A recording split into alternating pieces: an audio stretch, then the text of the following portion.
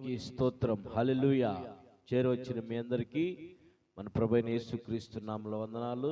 శ్రమల ధ్యానాల యొక్క 3వ దినము ఈ కూడిక ఫిబ్రవరి 20వ తారీఖు 2026వ సంవత్సరం.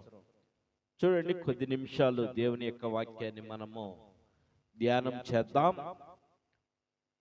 యోహాను సువార్త 18వ అధ్యాయంలో ఈ మాట మనం ధ్యానం చేద్దాం. చూడు, 33వ వచనం చదువమ్మా. మైక్లో చదువు. యోహాను సువార్త అమ్మా, మైక్లో చదువు.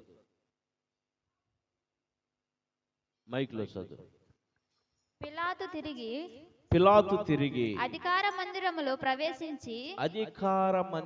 ప్రవేశించి యేసుని పిలిపించి యూదుల రాజు నీవేనా అని ఆయన అడగగా యేసు నీ అంతట నీవే ఈ మాట అనుచున్నావా. చాలు, మళ్ళా నువ్వు దాని మీదే ఉండా, అక్కడే ఉండతి. చిన్న ప్రార్థన చేద్దాం. ప్రేమ గల తండ్రి, అయా 3వ దినం శ్రమల ధ్యానాల యొక్క కూడికలో అయా వాక్యం వింటున్నటువంటి బిడ్డలందరితో నువ్వు మాట్లాడినైనా, యంత్ర శబ్దంతో వింటున్న వారితో మాట్లాడు.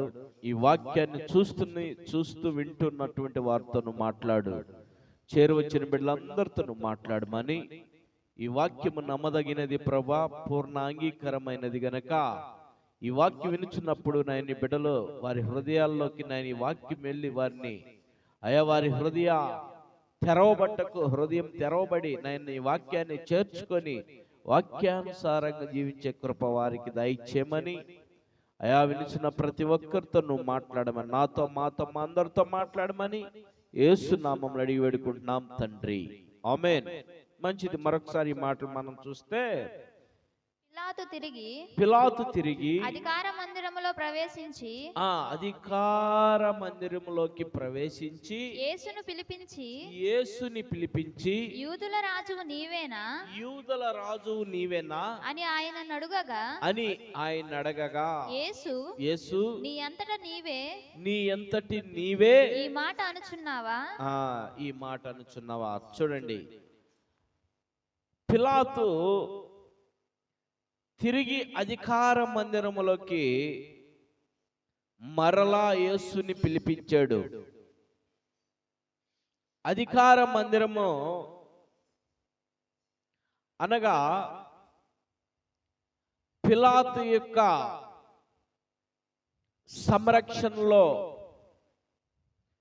పిలాతు తీర్పులిచ్చేటువంటి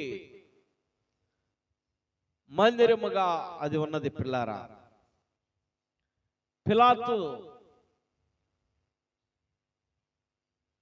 ఒక మాట చెప్పాలంటే సుప్రీంకోర్టు లాంటిది. సుప్రీంకోర్టు,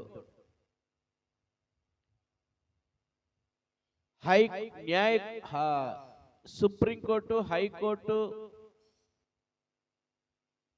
డిస్ట్రిక్ట్ కోర్టు, ఇప్పుడు మండలం కోర్టులు కూడా వస్తున్నాయి.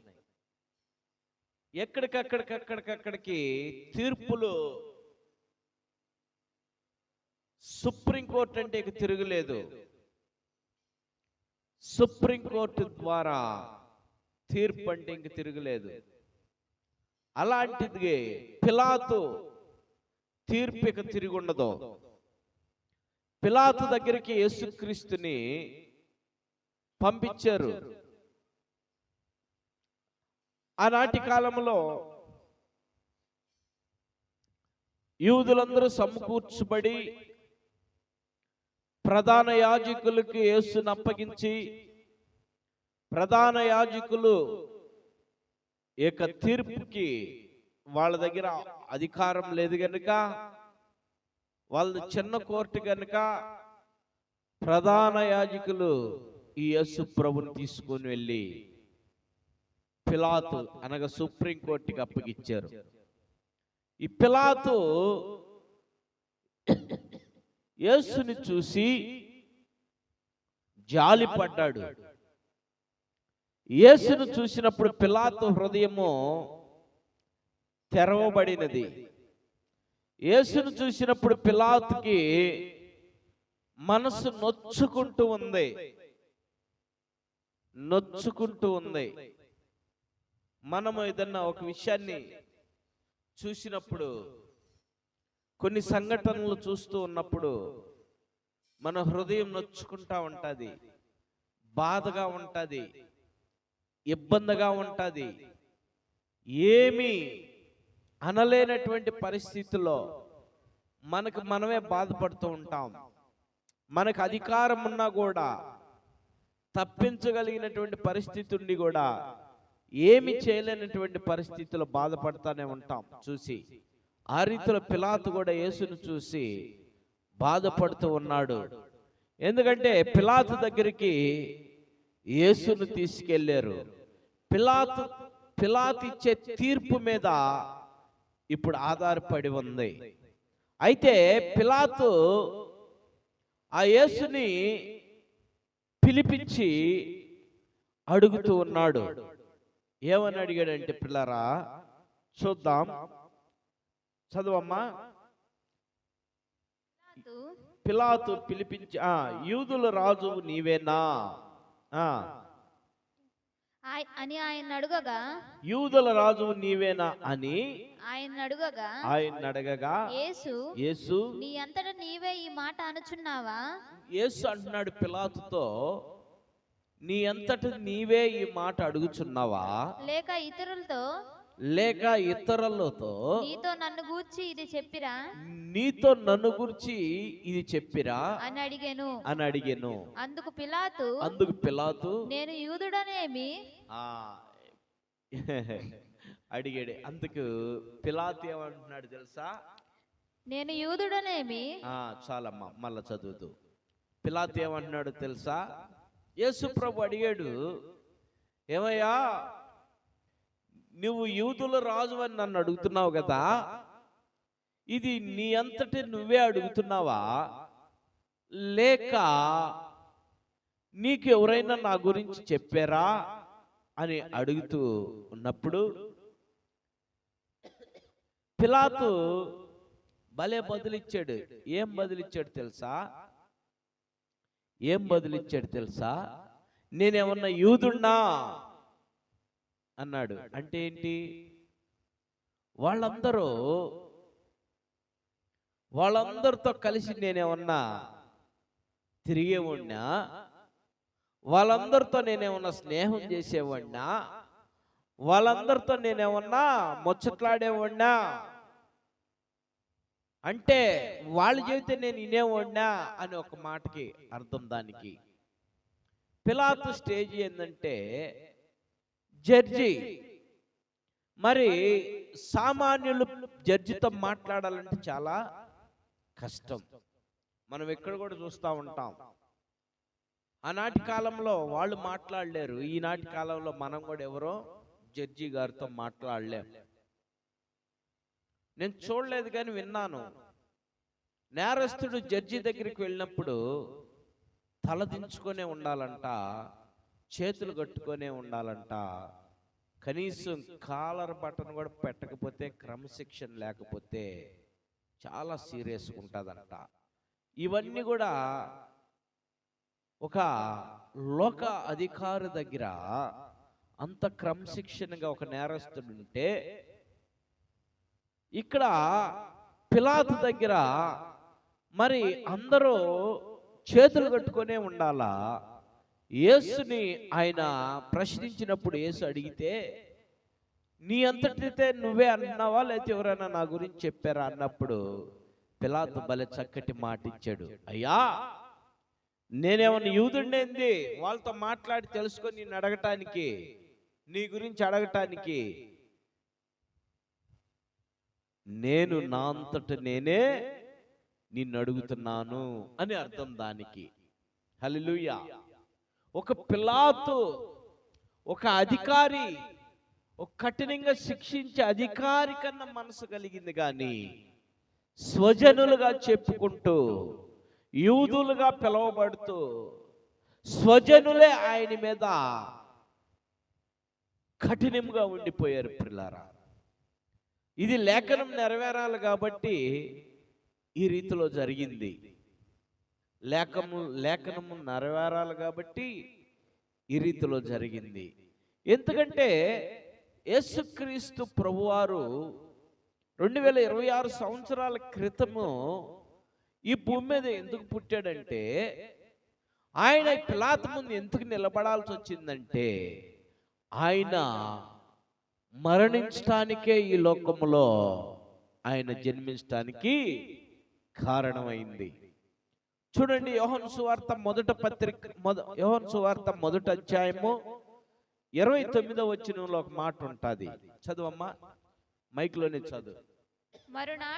మరునాడు యోహాను యేసు తన యొద్దకు రాగా చూచి ఇదిగో లోక పాపమును మోసుకొని పోవు దేవుని గొర్రెపిల్ల, లోక పాపములను మోసుకొని పోవు దేవుని గొర్రెపిల్ల నా వెనుక ఒక మనుషుడు వచ్చుచున్నాడు.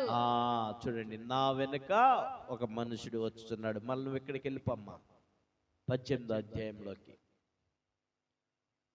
నా వెనుక ఒక మనుషుడు వచ్చున్నాడు. ఎవరతను?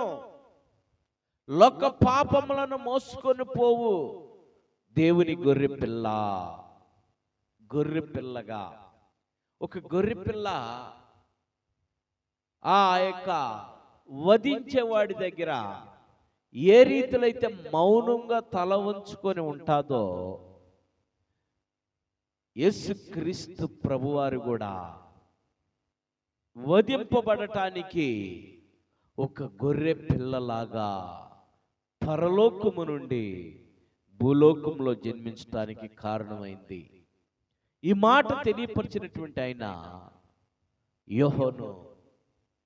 పిల్లరా, చూడండి, లోక పాపములని మోసుకొని పోవటానికి ఆయన ఒక గొర్రె పిల్లలాగా ఈ భూలోకంలో జన్మించాడు. పిల్లారా, లోక పాపములను మోసుకొని పోవటానికి. లోకములు ఏముండయి? నేత్రాశ, శరీరాశ, జీవపడమ్మం. ఇది దేవుని వలన కలిగినది కాదు, సాతానుడి వల్ల ఈ లోకంలో నేత్రాశ, శరీరాశ, జీవపడమ్మో ఏర్పడింది. ప్రతి మానవుడు కూడా శరీరాశ, నేత్రాశ, జీవపడమ్మంలో చిక్కుకుపోని ఉండిపోతున్నారు, చిక్కుపడుతున్నారు ప్రతి మానవుడు, నాతో సహా. మనమందరం కూడా శరీరాశ, నేత్రాశ, జీవపడమ్మంలో చిక్కుపడుతున్నాం. అపవాదైనటువంటి సాతానుడు మన మీద ఏలుపాటు చేస్తూ ఉన్నాడు. ఈ మూడు మన ముందు ఉంచి మన మీద వేసి, ఈ వల మన మీద వేసినప్పుడు మనం బయటికి రాలేనటువంటి పరిస్థితిలో ఉన్నాం. శరీరాశ, నేత్రాశ, జీవపడమ్మం. శరీరాశ అంటే ఏమిటి? లోకంలో చూసిందంతా అనుభవించాలన్నటువంటి శరీరాశ కదా. నేత్రాశ చూసిందంతా కావాలని అనుభవించటం వేరు, కావాలి అనుకుంటాం వేరు కదా. అనుభవించటం వేరు, కావాలనుకుంటాం వేరు. అనుభవించటం ఏంది? ఇదిగో అక్కడ ఒక మైక్ కనపడింది. ఈ మైక్ చూసాము, ఈ మైక్ నాకు కావాలి అని మనకు కలిగిద్ది, మంచిదే కావాలని. దాన్ని అడగకుండా పెట్టకుండా తీసుకొని వెళ్ళిపోయామంటే అది ఏమైంది? దొంగతనం అయింది కదా. అడగకుండా తీసుకొని వెళ్ళిపోతే దొంగతనం. అప్పుడు అది అనుభవించినట్టు లెక్క. అంటే కొన్ని చూసినవన్నీ మనం కావాలనుకుంటాం. ఎవరైనా ఇంటికి వెళ్తే వాళ్ళ ఇంట్లో చూసినటువంటి వస్తువులు చూసి, అబ్బా ఈ వస్తువు మా ఇంట్లో ఉంటే భలే ఉంటుందే, ఇది మాకు లేకుండా పోయిందే, ఇది మా ఇంటికి ఎప్పుడు వచ్చింది, నేను ఎప్పుడు తీసుకోవాలని ఆశపడటం, అది నేత్రాశ. శరీరాశ, ఏమి తిందుమా, ఏమి త్రాగుదమా, ఏమి అనుభవిద్దామా, ఇది శరీరాశ. జీవపడమ్మం, అహంకారం, గర్వం, డాంబికం, గర్వంతో ముడిపడినటువంటిది జీవపడమ్మం అంటే. గర్విస్తూ ఉంటాం మనం. ఏమి చూసుకొని గర్విస్తాం? కొంతమంది వారి యొక్క ఉన్నటువంటి స్టేటస్ చూసి గర్విస్తూ ఉంటారు. వాళ్ళ అంతస్తులు, వాళ్ళ ఉద్యోగాలు, వాళ్ళ అందసందాలు, వాళ్ళకున్నటువంటి రాబడిని బట్టి, వారికి ఉన్నటువంటి వెహికల్స్ని బట్టి, వారికి ఉన్నటువంటి గృహాలను బట్టి, వారికి ఉన్నటువంటి ఫలాలు బట్టి, కొంత డబ్బును బట్టి కూడా గర్వించే వాళ్ళు ఉన్నారు పిల్లారా. చూడండి, ఇదంతా జీవపుడమ్మమైనది. ఈ జీవపుడమ్మము అపవాదైనటువంటి సాతానుడి ద్వారా సాతానుడు గర్వించింది. ఎలా గర్వించిందంటే, పరలోకములో ప్రభు దగ్గర, దేవుని దగ్గర ఆరాధన చేసినటువంటి సాతానుడు దేవునినే పక్కన పెట్టి నేను ఆరాధించబడితే ఎంత బాగుంటుందని ఊహించుకొని గర్వింపబడింది. వెంటనే పడద్రోయబడింది. ఆ పడద్రోయబడినటువంటి అపవాది ఈ రోజున ఈ 3 మనుషుల మీద విరజల్లి తను బ్యాచిగా స్థిరపరచుకోవాలని ప్రాకులాడుతుంది. తన యొక్క ముఠాగా సిద్ధపరచుకోవాలని ప్రాకులాడుతుంది. మానవులు, అమాయకులైనటువంటి మానవుల్ని వశపరుచుకొని దాని వైపు తిప్పుకుంటూ ఉంది పిల్లారా. ప్రతిదీ సాతానుడు చేసే పనే. కారణం ఏంటంటే దురాలోచన, దుష్ట తలంపులు, దుష్ట ఉద్దేశాలు. చూసుకుంటూ పోతే నేత్రాశ, జీవపడమ్మం, శరీరాశ, ఈ 3 ఈ లోకంలో విరజల్లింది కనుక ఈ లోకంలో ఈ 3టిని పట్టుకున్నటువంటి నువ్వు, నేను, మనలందరినీ కూడా మన పాపములన్నీ కూడా క్షమించటానికైనా, మన కొరకు మరణించటానికి, మన కొరకు మన పాపములన్నిటిని కూడా సిలువ మ్రాను మీద మోసుకొని పోవటానికి దేవుని గొర్రె పిల్లగా ఆయన జన్మించడం కారణమైంది పిల్లారా. ఇక్కడ చూస్తే పిలాతు అడిగాడు, నువ్వు యూదులకు రాజువా అని అడిగినప్పుడు యేసు నువ్వంటే నువ్వే అన్నావా, ఎవరైనా నీతో అంటే నువ్వు అంటున్నావు అన్నప్పుడు పిలాతు బదులిచ్చాడు, నేనేమన్నా యూదున్నా? నీ గురించి తెలుసుకుంటానికి, నీ గురించి ముచ్చటించడానికి నీ యూదులు నా దగ్గరికి రాగలరా అన్నట్టుగా చెప్పాడు. నా అంతట నేనే అడుగుతున్నాను అని అడిగాడు. చదవమ్మ నెక్స్ట్. అందుకు పిలాతు నేను యూదుడనా ఏమి? నేను యూదుడనా ఏంటి? నీ స్వజనులు ప్రధాన యాజకులను నిన్ను నాకు అప్పగించితిరి కదా. చూడు, నీ స్వజనులు అంట. ఎవరంటమ్మా అప్పగించింది? స్వజనము. నువ్వెవరిని అప్పగిస్తున్నావు? నువ్వెవరివి? ఆయన రక్తంలో కడగబడినటువంటి వాడివి, ఆయన రక్తంలో కడగబడినటువంటి దానివి. ఆయన శరీరాన్ని పుచ్చుకుంటున్నావు, ఆయన రక్తాన్ని పుచ్చుకుంటున్నావు. దేవుని సన్నిధిని విడిచిపెట్టి, దేవుని మందిరాన్ని విడిచిపెట్టి, నీ ఇష్టానుసారమైనటువంటి ఆలోచనలతో, నీ ఇష్టానుసారమైన ఉద్దేశాలతో, నీ ఇష్టానుసారమైన తలంపులతో, నీ ఇష్టానుసారమైన జీవితం జీవిస్తున్నటువంటి నువ్వు ఆనాడు ప్రధాన యాజకులు అప్పగించినట్టు ఇప్పుడు నువ్వు అప్పగిస్తున్నావు. ఎవరిని? ఆ నజరేయుడగు యేసుని. నీ స్వజనులే అనగా నువ్వే ఆయన్ని అప్పగిస్తున్నావు.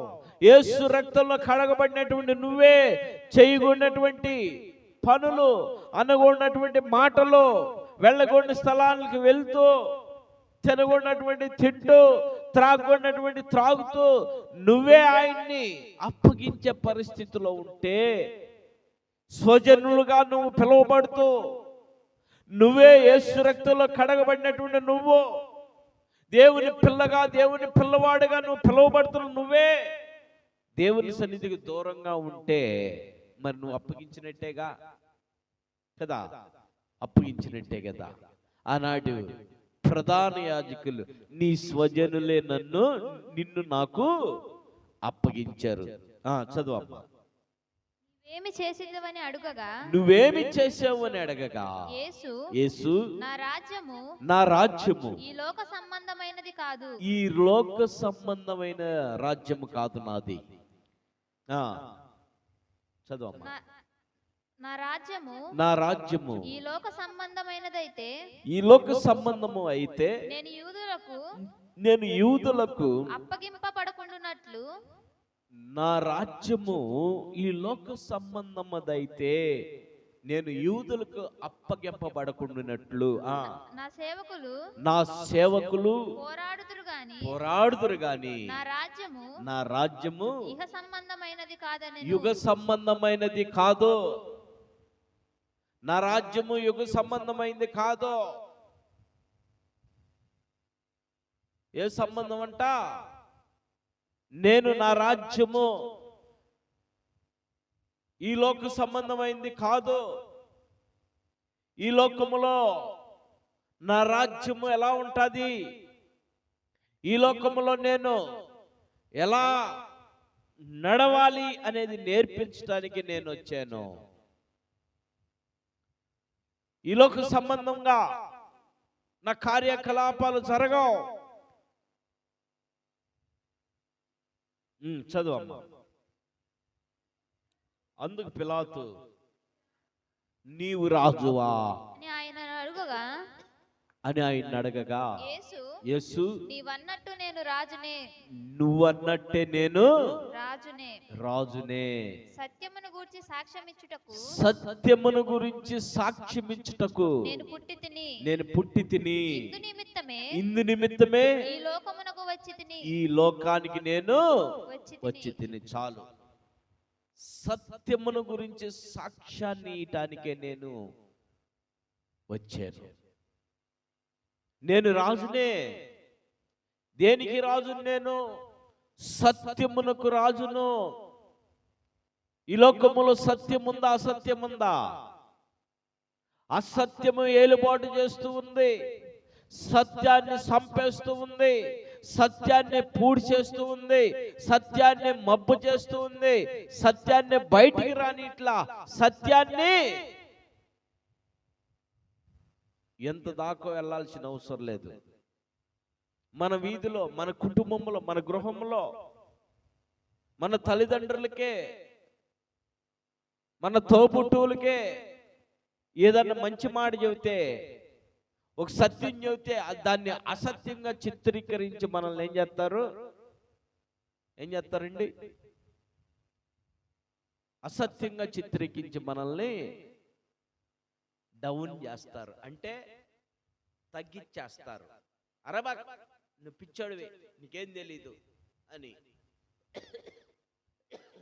సత్యం మాట్లాడుతుంటే దాన్ని అసత్యంగా చిత్రీకరించి నోర్మే, నువ్వు చెప్పేది ఏంది అంటారు మనల్ని.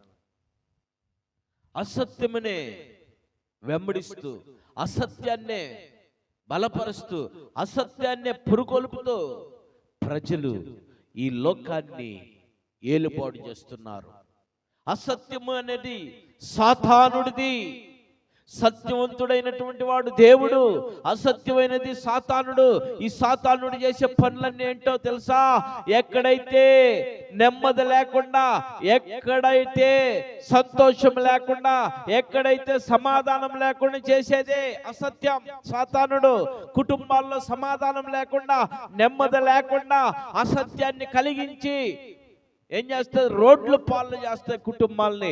భార్యాభర్తల మధ్య అసత్యాన్ని చిత్రీకరించి భార్యాభర్తలు విడగొట్టి అది ఆనందిస్తూ ఉంటది సాతానుడు. భక్తుడు అందుకే రాశాడు రాజబాబు గారు, సత్యము నమ్మక గమ్యము గానక అమ్ముడు పోతున్నారయ్యా. ఎవరికి అమ్ముడు పోతున్నారు? సాతానుడికి. సత్యము నమ్మక గమ్యము గానక అమ్ముడు పోతిరయా. సత్యము నీవై బెత్తము చూపక నెత్తురు కాచితివే, మా మత్తును బాపితివే. నెత్తురు అసత్యాన్ని, సత్యము నమ్మక అమ్ముడుపోయినటువంటి వారికి సత్యాన్ని చూపిస్తూ రక్తం కాచాడు శిలువ మీద. నీ కొరకు, నా కొరకు, మన కొరకు. మనకున్నటువంటి మొత్తుని అయినా తీసివేయటానికి పిల్లారా, అసత్యాన్ని ప్రకటించడానికి ఆయన ఈ లోకానికి వచ్చాడు, లేకపోతే వచ్చేవాడు కాదు. ఆదాం కాడ నుంచి యేసుక్రీస్తు ప్రభు 2026 వరకు ఆదాం కాడ నుంచి పుట్టినటువంటి వారందరూ కూడా సత్యంలో నడవకుండా అసత్యాన్ని వెంబడిస్తూ అసత్యాన్ని చేస్తూ అసత్యాల కార్యాలు చేస్తున్నటువంటి వారికి సత్యాన్ని ప్రకటించడానికి తన్ను తాను తగ్గించుకొని రిక్తుడిగా మానవుడిగా జన్మించి లోక పాపాలను మోసుకొని పోవటానికి సత్యమైనటువంటిగా సత్యవంతుడిగా గొర్రె పిల్లగా ఆయన జన్మించి సిలువలో నీ కొరకు నా కొరకు ప్రాణం పెట్టాడు పిల్లారా. అది కేవలం నీ కొరకు నీకు సత్యాన్ని తెలియపరచడానికి గనుక ఈ సత్యవాక్యం విన్న నువ్వు నీ హృదయాన్ని నువ్వు ప్రభు వైపు తిప్పు. అసత్యాన్ని నమ్మగాకు, అసత్యాన్ని వెంబడించుకో, అసత్యం జీవించుకో. సత్యవంతుడైనటువంటి యేసుని నువ్వు వెంబడించు. సత్యవంతుడైనటువంటి ఆ యేసు రక్తంలో నువ్వు కడగబడు. ఆ రక్తంలో నువ్వు కడగబడితే నీకు నిత్య జీవం దొరుకుతుంది, లేకపోతే నిత్య నరకము దొరికింది. ఆ నరకంలో నువ్వు వెళ్ళకూడదనే నీ కొరకు ఆయన సత్యవంతుడిగా దిగివచ్చి ఆయన సత్యవంతుడిగా నీ కొరకు ప్రాణం పెట్టాడు పిల్లారా. నిన్ను రక్షించుకుంటానికి మాత్రమే.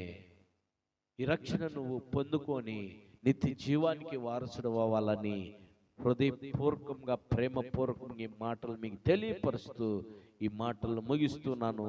దేవుడి కొద్ది మాటలు దీవించునుగాక. ఆమేన్.